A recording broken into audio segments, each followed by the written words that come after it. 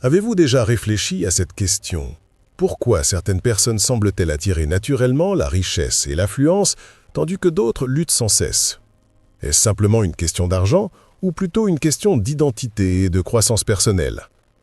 Avant de plonger dans ce sujet puissant, je vous invite à vous abonner à cette chaîne.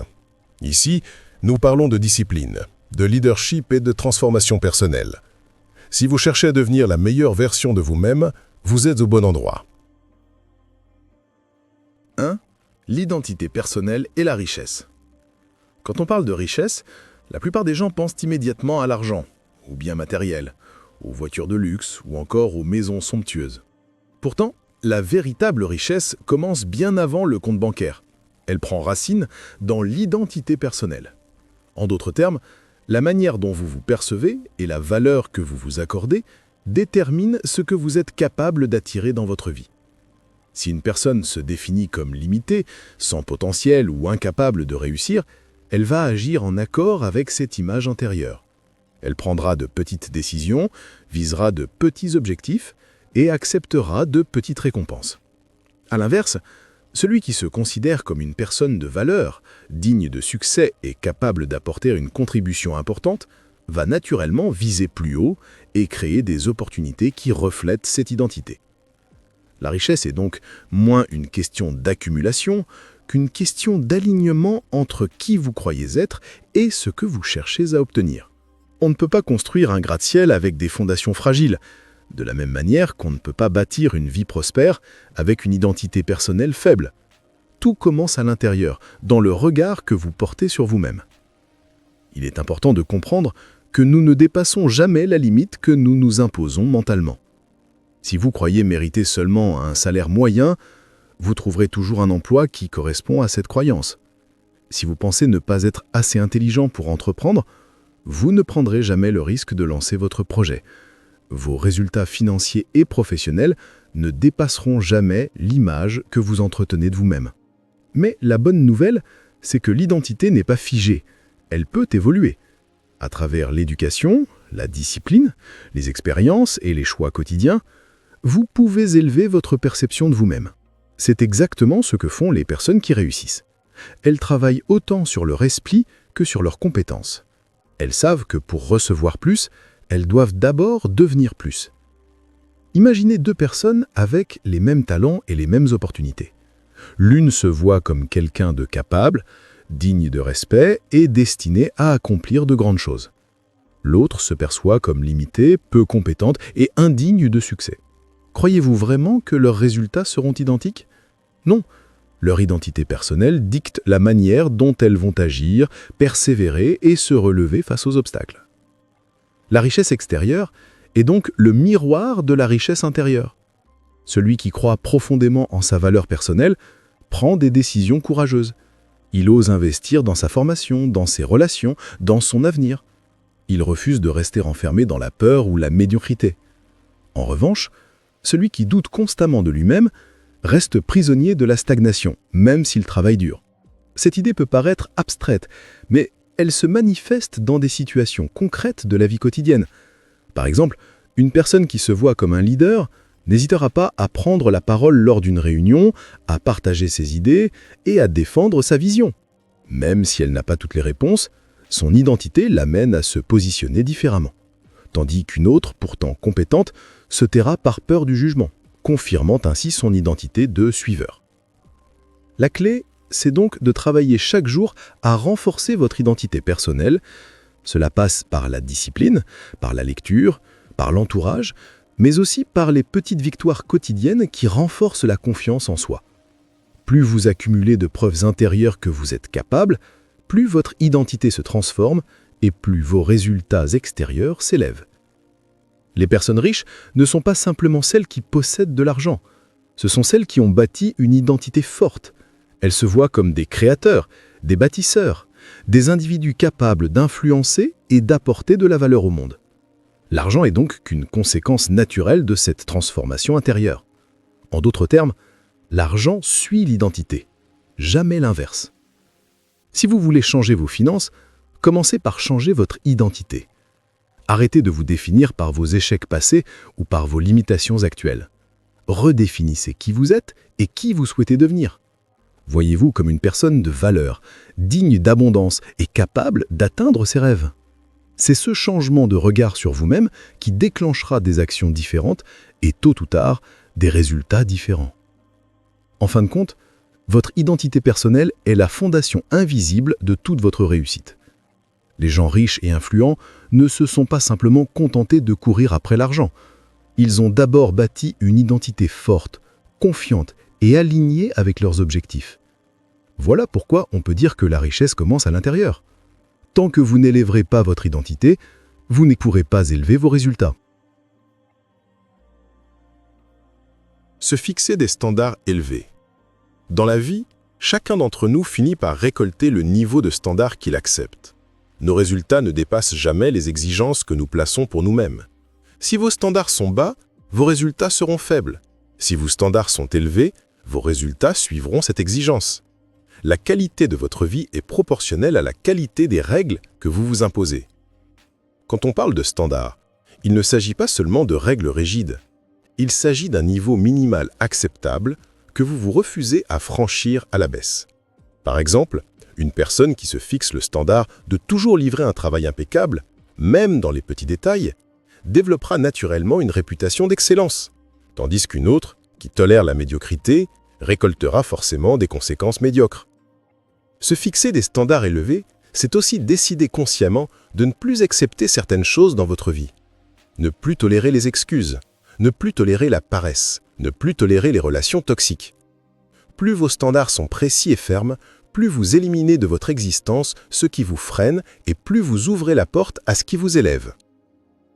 Beaucoup de gens rêvent de réussite, mais maintiennent des standards trop bas. Ils veulent une vie meilleure, mais continuent à accepter des habitudes destructrices. Se coucher tard, procrastiner, dépenser sans compter, négliger leur santé.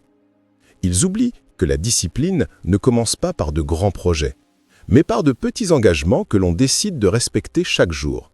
Celui qui se fixe l'exigence de toujours donner le meilleur dans chaque action finit, tôt ou tard, par s'élever au-dessus de la masse.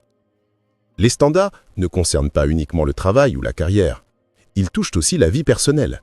Si vous décidez que vos standards en matière de santé incluent une alimentation équilibrée et du sport régulier, votre corps vous remerciera.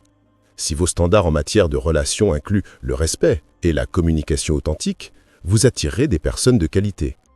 Tout dans votre vie se calibre selon ce que vous acceptez et refusez. Il existe une grande différence entre les personnes qui vivent par défaut et celles qui vivent par standard. Les premières réagissent aux circonstances. Elles acceptent ce qui vient. Elles subissent les situations. Les secondes, elles, définissent leurs règles et façonnent leur réalité autour de ces règles. Elles ne vivent pas dans l'attente du hasard, elles décident activement de ce qui est tolérable et de ce qui ne l'est pas. Fixer des standards élevés peut sembler difficile au départ, car cela demande un effort. Il faut parfois dire non à la facilité, non aux tentations, non aux compromis. Mais cette rigueur finit toujours par payer. L'effort est temporaire, les résultats sont durables. Celui qui accepte de se discipliner aujourd'hui récolte demain une liberté que les autres n'auront jamais. Un exemple concret. Imaginez un étudiant qui se fixe comme standard de toujours viser l'excellence, même si la note de passage est de 10-20. Tandis que la majorité se contente du minimum pour valider, lui s'exige plus. Résultat, il développe une connaissance solide, il gagne en confiance et il se distingue naturellement. Dans le monde du travail, il sera reconnu, recherché et récompensé. Ces standards deviennent son avantage. Ce principe fonctionne aussi dans l'entrepreneuriat. Un entrepreneur qui décide que son standard est de toujours offrir plus de valeur que la concurrence finit par bâtir une réputation forte. Les clients sentent la différence. Ils ne reviennent pas seulement pour le produit, mais pour l'expérience globale. Et cette valeur ajoutée n'est pas le fruit du hasard, mais d'une décision consciente de maintenir des standards élevés. Le piège, c'est de croire que l'on peut atteindre de grands rêves avec de petits standards. Vous ne pouvez pas prétendre vouloir une vie extraordinaire tout en maintenant des habitudes ordinaires. Vous ne pouvez pas aspirer à la richesse tout en acceptant la négligence dans vos finances. Chaque domaine de votre vie est directement lié à ce que vous décidez d'accepter ou de refuser. Plus vous élevez vos standards, plus vous élevez vos résultats. C'est une règle immuable. Les sportifs de haut niveau en sont l'illustration parfaite. Ils ne s'entraînent pas quand ils en ont envie, ils s'entraînent parce que leur standard l'exige. Ils ne mangent pas selon leurs envies du moment, mais selon ce qui soutient leur performance. C'est cette rigueur qui les place au sommet. Fixer des standards élevés, ce n'est pas chercher la perfection, mais viser la progression constante. C'est accepter l'idée que vous méritez mieux, que vous êtes capable de mieux et que vous ne devez pas vous contenter de moins. C'est une déclaration de valeur personnelle. Voici ce que je mérite et je n'accepterai rien en dessous. Enfin, se fixer des standards élevés, c'est aussi inspirer les autres. Quand vous élevez vos propres règles de vie, vous poussez ceux qui vous entourent à faire de même. Vos amis, vos collègues, vos proches sentent cette exigence et finissent par ajuster leur comportement. Un leader ne change pas les autres par ses discours, mais par les standards qu'il incarne au quotidien. 3. Travailler sur soi avant tout. Beaucoup de gens passent leur vie à courir après l'argent, les titres ou la reconnaissance sociale, en pensant que ces éléments extérieurs leur apporteront enfin satisfaction et accomplissement. Pourtant, la vérité est implacable. Tant que vous ne travaillez pas sur vous-même, tout ce que vous accumulez à l'extérieur reste fragile, éphémère et souvent vide de sens. La transformation commence toujours de l'intérieur. Travailler sur soi, c'est d'abord reconnaître que le plus grand projet que vous aurez à gérer dans votre vie, c'est vous-même. On peut perdre un emploi, une maison, une relation, mais tant que vous vous développez, vous serez toujours capable de reconstruire et d'avancer. Votre croissance personnelle devient votre véritable sécurité. Investir sur soi signifie développer ses compétences, ses connaissances et son état d'esprit. Par exemple, au lieu de chercher uniquement une promotion, pourquoi ne pas chercher à devenir une personne tellement compétente et disciplinée que la promotion devient inévitable? L'argent suit toujours la valeur. Et la valeur ne vient pas des diplômes accrochés au mur, mais de la personne que vous devenez à travers l'apprentissage et la pratique. Un grand piège de notre époque est de vouloir obtenir sans devenir. Beaucoup veulent le succès sans l'effort, la reconnaissance sans le travail, la liberté sans la discipline. Mais la vie ne fonctionne pas ainsi. On ne peut pas espérer récolter des fruits différents si l'on ne change pas les racines. Travailler sur soi, c'est accepter de cultiver patiemment ses racines, même quand les résultats ne sont pas visibles immédiatement. Prenons l'exemple de la confiance en soi. Si vous attendez d'avoir du succès pour être confiant, vous risquez d'attendre toute votre vie. La confiance se bâtit en travaillant sur soi, en relevant des défis, en accumulant des petites victoires, en sortant régulièrement de sa zone de confort. Chaque effort devient une pierre posée dans la construction de votre estime personnelle. De même, la discipline est un fruit direct du travail sur soi. Beaucoup pensent qu'elle est une contrainte, alors qu'elle est en réalité une liberté. Quand vous vous imposez une discipline personnelle, que ce soit dans vos finances, votre santé ou vos habitudes, vous reprenez le contrôle de votre vie. La discipline vous libère de la dépendance au hasard et vous donne le pouvoir de créer votre propre avenir. Travailler sur soi, c'est aussi apprendre à gérer ses émotions. Dans la vie, ce n'est pas ce qui nous arrive qui détermine nos résultats, mais la manière dont nous réagissons. Deux personnes peuvent vivre la même difficulté, l'une s'effondre, l'autre en ressort grandi. La différence ne vient pas de l'événement, mais de la force intérieure. Cette force se construit à travers un travail constant sur son état mental et émotionnel. Ce développement intérieur ne se limite pas au travail ou à l'argent. Il touche aussi votre vie personnelle. Par exemple, comment espérer bâtir une relation saine et durable si l'on n'a pas appris à se connaître soi-même, à se respecter et à évoluer? Trop de personnes entrent dans une relation en espérant que l'autre comblera leur manque. Mais en réalité, c'est en travaillant sur soi que l'on devient capable d'aimer et d'être aimé de manière authentique. Travailler sur soi, c'est également prendre soin de son corps et de sa santé. Vous pouvez avoir des rêves immenses, mais sans énergie physique, ils resteront des rêves. Se fixer une hygiène de vie, bien dormir, bien manger, s'entraîner régulièrement, ce n'est pas une option secondaire. C'est la base qui soutient toutes vos ambitions. L'esprit ne peut s'épanouir pleinement dans un corps négligé. Un autre aspect essentiel est la gestion du temps. Ceux qui ne travaillent pas sur eux laissent leur journée se remplir de distractions, de pertes de temps, d'activités inutiles. Ceux qui s'améliorent en permanence apprennent à organiser leurs priorités, à dire non, à protéger leur énergie. Le temps est la ressource la plus précieuse. Savoir le maîtriser, c'est se maîtriser soi-même. Il est également important de souligner que travailler sur soi n'est pas un événement ponctuel, mais un processus continu. On ne finit jamais de grandir. Chaque étape franchie ouvre la porte à un nouveau défi. Cette évolution permanente est ce qui rend la vie riche et passionnante. Ceux qui arrêtent de se développer s'endorment dans la routine et finissent par stagner. Enfin, le véritable travail sur soi consiste à cultiver une vision claire de qui l'on veut devenir.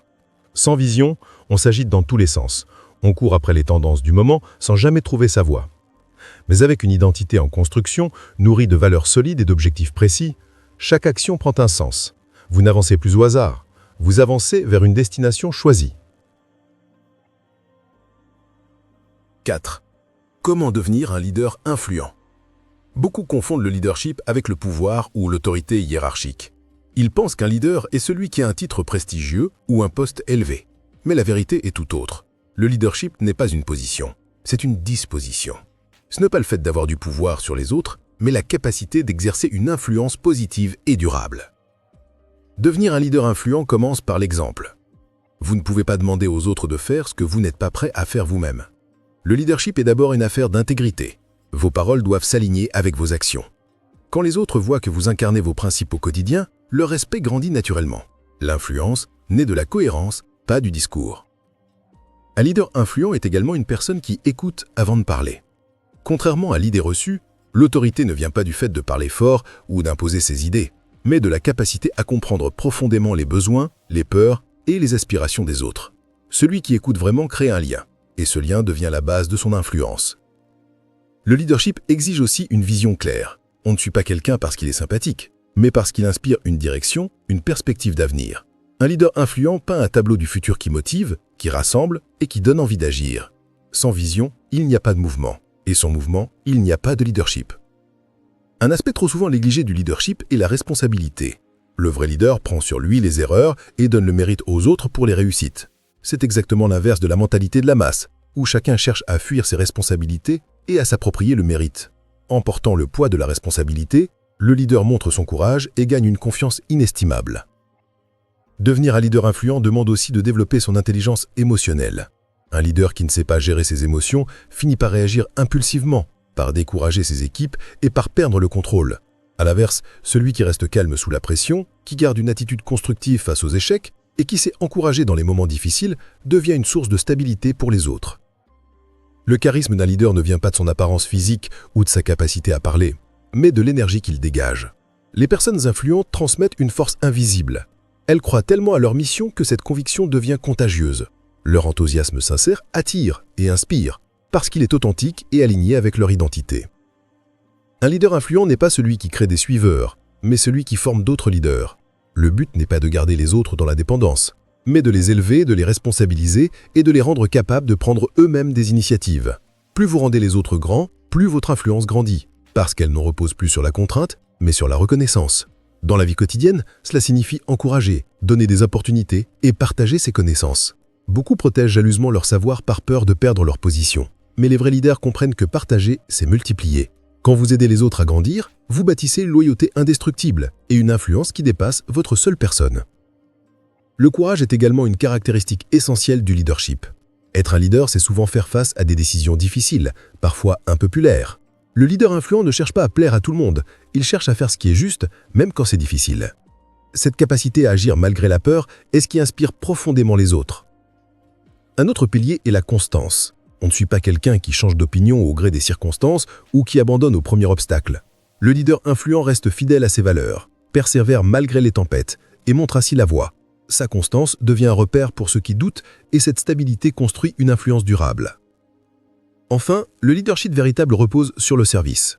Un leader influent n'est pas centré sur lui-même, mais sur la mission et sur les personnes qu'il guide. Il comprend que son rôle est de donner les moyens aux autres de réussir, de protéger, de soutenir et d'inspirer.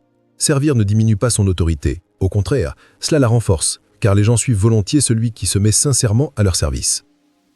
Devenir un leader influent n'est donc pas réservé à une élite. C'est une discipline accessible à tous ceux qui choisissent de travailler sur leur caractère, leur vision et leur capacité à servir. C'est un chemin exigeant, mais incroyablement gratifiant. Car au-delà des résultats matériels, le véritable leadership laisse un héritage. Il transforme des vies et construit un impact qui dure bien au-delà de soi. 5. Récolter ce que l'on devient. Dans la vie, on n'obtient pas ce que l'on veut, on obtient ce que l'on devient. Cette vérité est souvent difficile à accepter, car beaucoup croient que leurs désirs seuls suffisent pour attirer le succès. Pourtant, la réalité est simple. Vous ne récoltez pas vos rêves, vous récoltez votre transformation personnelle. Les résultats extérieurs sont toujours le reflet de ce que vous êtes à l'intérieur. Un individu peut rêver d'être riche, mais s'il reste paresseux, indiscipliné et désorganisé, il n'attirera jamais cette richesse. Ses actions sont alignées non pas avec son rêve, mais avec son identité actuelle. À l'inverse, une personne qui se voit comme courageuse, persévérante et capable de créer de la valeur finira par récolter des fruits proportionnels à cette identité.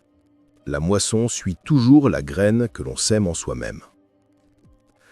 Récolter ce que l'on devient, c'est comprendre que chaque habitude, chaque pensée et chaque décision est une graine plantée dans le sol de votre vie. Une graine de discipline donnera une récolte de résultats. Une graine de procrastination donnera une récolte de regrets. Le temps n'oublie rien. Il vous rend exactement ce que vous avez cultivé. Souvent, nous envions les résultats des autres sans voir la personne qu'ils sont devenus pour obtenir ces résultats. On admire l'athlète médaillé, mais on oublie les années de discipline et de sacrifice. On admire l'entrepreneur prospère, mais on ignore les nuits blanches, les échecs surmontés et la résilience développée. Ce que vous voyez n'est pas le fruit du hasard, mais la conséquence directe de leur identité forgée dans l'effort. Il est donc inutile de courir après les récompenses sans travailler sur soi-même. Si vous recevez plus que ce que vous êtes prêt à gérer, vous finirez par tout perdre. C'est pour cela que de nombreuses personnes qui gagnent soudainement beaucoup d'argent, par un héritage ou un gain inattendu, finissent ruinées. Elles n'étaient pas devenues la personne capable de gérer cette abondance. Leur récolte s'est envolée, faute de racines solides. Récolter ce que l'on devient signifie aussi que rien n'est jamais perdu. Même si aujourd'hui vous n'êtes pas encore là où vous voulez être, chaque effort que vous faites pour vous améliorer prépare une moisson future. Lire un livre de développement personnel, pratiquer la discipline, entretenir des relations positives, ce sont autant de semences invisibles qui, avec le temps, donneront des résultats visibles. Un autre point essentiel est que la vie récompense toujours la croissance, pas la stagnation. Si vous restez la même personne année après année, vos récoltes resteront identiques. Mais si vous vous engagez à grandir constamment, à apprendre, à vous adapter, à développer de nouvelles compétences, alors vos récoltes s'élèveront. La croissance intérieure est le seul moyen de provoquer une croissance extérieure durable. Il faut aussi comprendre que la récolte n'est pas immédiate. Dans la nature, on ne plante pas une graine le matin pour récolter le soir. Entre la semence et la moisson, il y a une saison de patience et de persévérance. De la même manière, dans la vie, vos efforts d'aujourd'hui ne porteront pas toujours leurs fruits instantanément. Mais si vous restez fidèle à votre transformation, la récolte viendra tôt ou tard. Récolter ce que l'on devient, c'est également une question de cohérence. Vous ne pouvez pas planter des graines de négativité et espérer une récolte de bonheur. Vous ne pouvez pas semer des habitudes destructrices et espérer récolter la santé. La vie ne fait pas d'erreur, elle vous renvoie exactement ce que vous lui avez donné. Cette loi universelle ne connaît ni favoritisme ni exception. Un aspect puissant de cette idée est qu'elle redonne le contrôle. Si vos résultats actuels ne vous plaisent pas, vous n'avez pas besoin de blâmer la société, votre famille ou la chance. Vous devez simplement travailler à devenir une personne différente. C'est une vérité libératrice. Vous avez le pouvoir de transformer vos récoltes en transformant votre identité. Récolter ce que l'on devient, c'est aussi apprendre à incarner vos valeurs. Si vous devenez une personne généreuse, vous attirerez la gratitude et le respect. Si vous devenez une personne disciplinée, vous attirerez la confiance et les opportunités. Si vous devenez une personne intègre, vous attirerez des relations solides et durables. La vie reflète toujours l'identité que vous incarnez. Enfin, souvenez-vous que la récolte n'est pas seulement matérielle, elle est aussi émotionnelle et spirituelle. Le bonheur, la paix intérieure, la satisfaction ne s'achètent pas. Elles se récoltent en devenant une personne alignée, consciente et équilibrée. La plus grande richesse n'est pas ce que vous possédez, mais ce que vous êtes en train de devenir. Alors souvenez-vous, gagner plus, ce n'est pas seulement accumuler de l'argent, c'est devenir plus, grandir, élever vos standards et inspirer. La vraie richesse, c'est la personne que vous construisez au fil du chemin. Si ce message vous a parlé, abonnez-vous et activez la cloche pour ne rien manquer. Et surtout, commencez dès aujourd'hui à travailler sur vous, car votre futur dépend de ce que vous devenez.